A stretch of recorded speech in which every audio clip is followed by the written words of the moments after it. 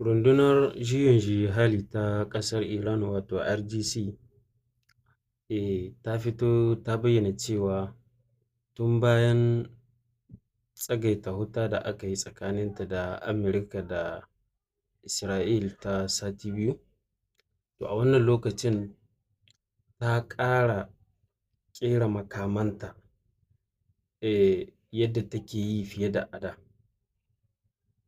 Sanin kowa ne, sun san da cewa maƙiya ba za su bar su zauna lahiya ba, kuma maƙiya ba za su zauna da su yi sulhu na gaskiya ba. Kenan don haka a wannan lokacin, lokaci ne na tsagaita wuta, kuma lokaci ne wanda za su ƙara haɓaka ƙera makaman da suke yi fiye da yadda suke yi a da. Kamar yadda aka ruwaito, shi Majid Masabani ya ziyarci ɗaya daga cikin cibiyoyin na ƙarƙashin ƙasa inda ake harhaɗa waɗannan jirage da kuma makamai irin masu linzami. Ya ce a lokacin tsagaita wuta, yawan ƙera makaman da suke yi masu linzami da jirage marasa matuƙa ya fi sauri fiye da yadda suke yi a baya. Saboda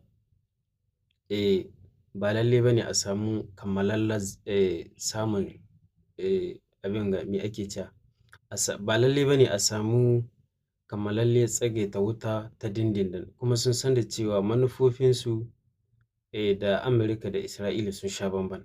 Kenan ba lallai ba ne, kenan su ci gaba da ƙera makamansu wanda ko da daga baya an ƙara kai musu hari, to za su iya kare kansu, kuma za su iya harar maƙiya a duk inda suke. Ya ci gaba da cewa sun yi nasara a wannan lokacin, sun kuma yi rashin nasara, su kuma maƙiyansu sun yi rashin nasara. Su Amurka sun gaza a mashigar ruwa ta Hormuz, kuma sun gaza a Lebanon, kuma kowane ga yankin ma gaba ɗaya nasu da suke wannan yaƙin, Amurka da Isra'ila sun gaza. Kenan ba wani abu da zai tsayar da su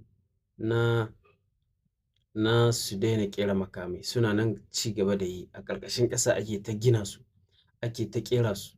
Kenan ko da daga baya ta kai ta kamo, suna da makamai da za su ci gaba da kare kansu.